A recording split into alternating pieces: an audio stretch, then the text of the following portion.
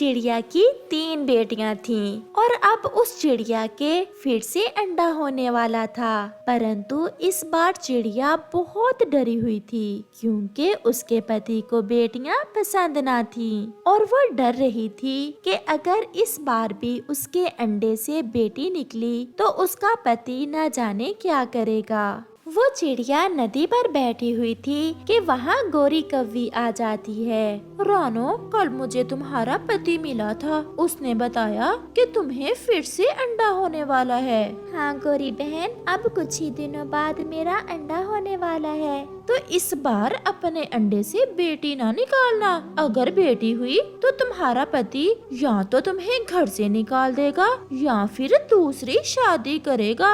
गौरी, मैं भी बहुत डरी हुई हूँ, परंतु अगर मेरे इस अंडे से भी बेटी निकली तो इसमें मेरा क्या दोष है? ये तो तुम्हारा पति ही बता सकता है। रात को जब वो चिड़िया अपने घर में बैठी हुई थी तो उसका पति भी आ जाता है। भोजन खिला दिया है अपनी तीनों बेटियों को? हाँ, मैंने अपनी बेटियों को भोजन खिला दिया था। इस बार फिर से अपने अंडे से बेटी ना निकाल लेना। मैं पहले ही इन बेटियों के कारण बहुत परेशान हूँ। परंतु मम्मा चिड़िया खामोश थी। वो नहीं चाहती थी कि वो कोई ऐसी बात करे जिससे फिर उसके पति को गुस्सा आ जाए और वो लड़ाई शुरू कर दे। ऐसे ही कुछ दिन गुजर जाते हैं और फिर एक दिन टुनटुना जब घर आता है तो उसके साथ एक दुल्हन थी।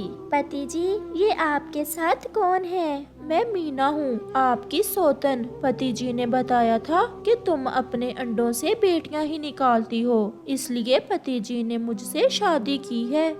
पति जी, मुझे आपसे ये उम्मीद तो ना थी कि आप मुझ पर सौतन ले आओगे। तो क्या मैं बेटे का बाप ना बनूं? तुम्हारे तो भाग्य में ही बेटियां हैं। अगर इसके अंडों से भी बेटियां ही निकली तो फिर आप क्या करेंगे? चुप कर जाओ मनहूस। फिर अगर ऐसी बात की तो घर से ही निकाल दूंगा तुम्हें और तुम्हारी बेटियों को। पति जी, इसकी जबान तो बहुत लंबी है, न जाने कैसे गुजारा कर रहे हैं आप इसके साथ। चलो अब जल्दी से अपना घोंसला उठाओ और दूसरी तरफ रख लो और अपनी बेटियों को भी अपने घोंसले में ही रखना और बाकी के 2 घोंसले जल्दी से खाली कर दो। ना ना पति जी, आप जैसा कहेंगे मैं वैसा ही करूँगी, परंतु मुझसे ये छत न छीनना। मैं सब करूँगी, आपके लिए और सौतन जी के लिए भोजन भी लाऊंगी। तो फिर जाओ और मेरे लिए कोई मीठे मीठे फल ढूंढ कर लाओ। फिर बिना कुछ बोले रानो चिड़िया घर से चली जाती है। वो सारा जंगल फिरती है और फिर उसे कुछ फल मिल जाते हैं। वो चिड़िया फल लेकर घर वापस आ जाती है। ये ले सौतन जी और पति जी, आप ये फल खा लें। फिर उस चिड़िया का पति और उसकी सौतन वो फल खा लेते हैं और वो खुद और उसकी बेटियां सूखा दाना खाती हैं। और फिर कुछ दिनों बाद रानो चिड़िया के अंडे से बच्चा निकल आता है, जिसे देख वो चिड़िया बहुत खुश थी क्योंकि वो एक बेटा था। मेरे अंडे से बेटा निकल आया, मेरा बेटा आ गया।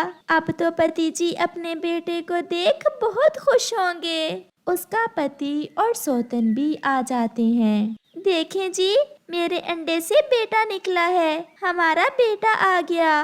परंतु टुनटुना कुछ ज्यादा खुश ना था। तो क्या हुआ? अब मेरी दूसरी पत्नी भी तो अंडा देने वाली है, इससे भी बेटा ही निकलेगा।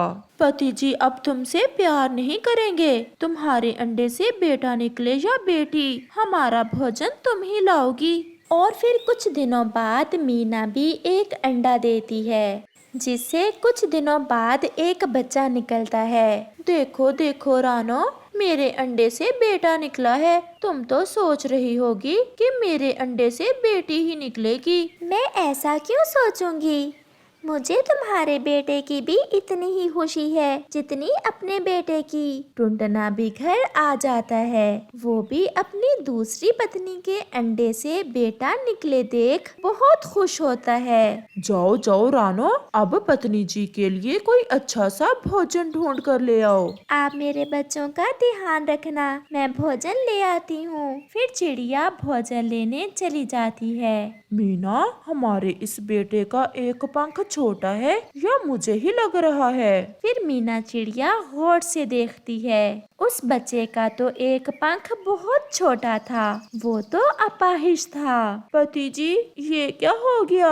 हमारा बेटा तो अपाहिज है, हमारे बेटे का तो एक पंख है ही नहीं। रानो भी भोजन लेकर वापस आ जाती है। सौतन जी और पति जी, क्या बात है, आप ऐसे उदास क्यों बैठे हैं? रानो, हमारा बेटा अपाहिज है, हमारा बेटा कभी उड़ नहीं सकेगा। तो फिर क्या हुआ मीना बहन? हम दो माए हैं इसकी, क्या हम दोनों मिलकर अपने बेटे के पंख की कमी को पूरा नहीं कर सकती? रानो, तुम्हारा दिल कितना बड़ा है और तुमने कभी हमारा बुरा नहीं सोचा। मैंने बहुत जुल्म किए तुम पर, परंतु आपने कभी शिकवा नहीं किया। मुझे भी माफ कर दो बहन, शायद ये मुझे ऊंचे बोल बोलने की सजा मिली है। मुझे दिल से माफ कर दो बहन, मैं अब आपके साथ बहनों की तरह ही रहूंगी। मैंने तो कभी कोई बात दिल में नहीं रखी, मेरा दिल आप दोनों के लिए साफ है। और पति जी, बस आप मेरी बेटियों से प्यार किया करें, क्योंकि माँ का प्यार जितना भी हो, पिता के बिना बच्चों का पालन पोषण बहुत मुश्किल है। मेरे बच्चों को अपना नाम दे दें, यही एक इच्छा है मेरी। और फिर वो सब हंसी खुशी अपना जीवन गुजारते हैं। बंटू चिड़ा अपनी पसंद की चिड़िया को शादी करके लाया था। उस चिड़िया का नाम टूनी था। टूनी की सास टूनी को बिल्कुल भी पसंद नहीं करती थी। वो हर बात पर टूनी को टोकती थी। अरे बहू, ये तूने खाना किस तरह का बनाया है? तेरे अंदर तो एक भी अच्छा गुण नहीं है। माँ, अच्छा भला तो बनाया है टूनी ने खाना। चुप कर पत्नी के चमचे, मैं कोई झूठ बोल रही हूँ। और हाँ, एक बात और, मेरी सहेलियों के बेटों की शादी भी तुम्हारी शादी के साथ ही हुई थी। सबकी भुइयां ही पेड़ से हैं, सवाए तुम्हारे। तू कोई बच्चा भी जनेगी कि सिर्फ खाने पर ही ध्यान देगी? माँ, आप भी ना ऐसे ही। अभी कुछ महीने तो हुए हैं हमारी शादी को। मेरी बात कान खोल कर सुन लो बहू रानी, मुझे भी इस घर में बच्चा चाहिए। अगर 1-2 महीने में तुमने मुझे खुशखबरी ना सुनाई तो मैं बंटू की दूसरी शादी कर दूंगी। और फिर भगवान की करनी ऐसी होती है, टूनी भी पेट से हो जाती है। और अब उसकी सासू माँ ने खुश होने की बजाय एक नई डिमांड शुरू कर दी थी। कान खोल कर सुन लो बहू, मुझे अपने घर में पोता ही चाहिए। माँ, ये आप क्या कह रही हैं? पोता या पोती मेरे बस में थोड़ी है, और अगर पोती हुई तो वो भी तो आपका ही खून होगी। चुप कर, मुझे तेरे भाषण नहीं सुनने, बस मेरी बात कान खोल कर सुन लो। अगर पोता ना हुआ तो मैं तुम्हें उसी दिन घर से निकाल दूंगी। टूनी अपनी सास की बात सुनकर बहुत दुखी हो जाती है। शाम को जब टूनी का पति घर आता है तो टूनी अपने पति से कहती है, सुनिए जी, आप जरा माँ को समझाना, वो कह रही थी कि उन्हें पोता ही चाहिए। तो ऐसा क्या गलत कह दिया मेरी माँ ने? मुझे भी बेटा ही चाहिए। चिड़िया अपने पति के मुंह से ये शब्द सुनकर और भी दुखी हो जाती है। ऐसे ही कुछ समय गुजर जाता है और चिड़िया के अंडे से एक सुंदर सी बेटी निकलती है, जिसे देख उसकी सास और पति गुस्से से आग बगोला हो जाते हैं और टूनी को उसका पति और सास घर से बाहर निकाल देते हैं। टूनी की तो कुछ समझ नहीं आ रहा था कि वो अपनी बेटी को लेकर कहाँ जाए। वो सारा दिन मारी मारी फिरती है, लेकिन उसे कोई ठिकाना नहीं मिलता। फिर शाम को टूनी नदी पर आ जाती है। मुझे और मेरी बेटी को जीने का कोई अधिकार नहीं है, हमें मर जाना चाहिए। वो नदी में छलांग लगाने ही लगती है कि वहाँ कबूतर आ जाता है। रुको चिड़िया, रुक जाओ। तुम अपनी मासूम बेटी और खुद को क्यों खत्म करने जा रही हो? क्योंकि इस दुनिया में मेरा कोई नहीं है और मुझे जीने का कोई हक नहीं है। फिर चिड़िया कबूतर को सारी बात बताती है। चिड़िया, तुम्हारे साथ जो भी हुआ बहुत बुरा हुआ।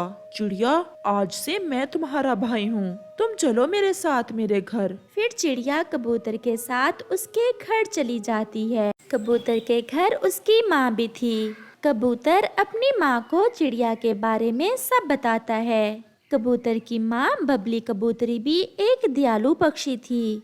वो भी चिड़िया को अपनी बेटी बना लेती है। समय के साथ साथ चिड़िया खुद को संभाल लेती है। वो घर के कामों में बबली कबूतरी का हाथ बटाती और रसोई का सारा काम भी चिड़िया ने ही संभाल लिया था। एक दिन चिड़िया अपने कबूतर भैया और बबली कबूतरी के लिए समोसे बनाती है। बेटी, तूने तो बहुत स्वादिष्ट समोसे बनाए हैं। मैंने ऐसे समोसे कभी नहीं खाए। अगर हम ऐसे समोसों की दुकान बना लें तो हमारे समोसे तो पंखों पंख ही बिक जाएं। ये सुनकर टूनी के दिमाग में तुरंत एक विचार आता है। कबूतर भैया, क्यों ना हम जंगल में समोसों की दुकान खोल लें। मैं समोसे बनाया करूंगी और आप बेचा करना। ऐसे हम खुद का बिजनेस शुरू कर सकते हैं। कबूतर भी बात मान लेता है। फिर वो समोसों की दुकान खोल लेते हैं। वो जितने भी समोसे बनाते, शाम तक सभी बिक जाते। आहिस्ता आहिस्ता उनके समोसे तो बहुत मशहूर हो गए थे। पक्षी दूर दूर से आकर उनके समोसे खाने लगे। अब तो उन्होंने दुकान की जगह बहुत बड़ा होटल खोल लिया था और उन्होंने अपने होटल में बहुत से मुलाजिम भी रख लिए थे। चिड़िया और कबूतर सारा काम अपनी निगरानी में करवाते।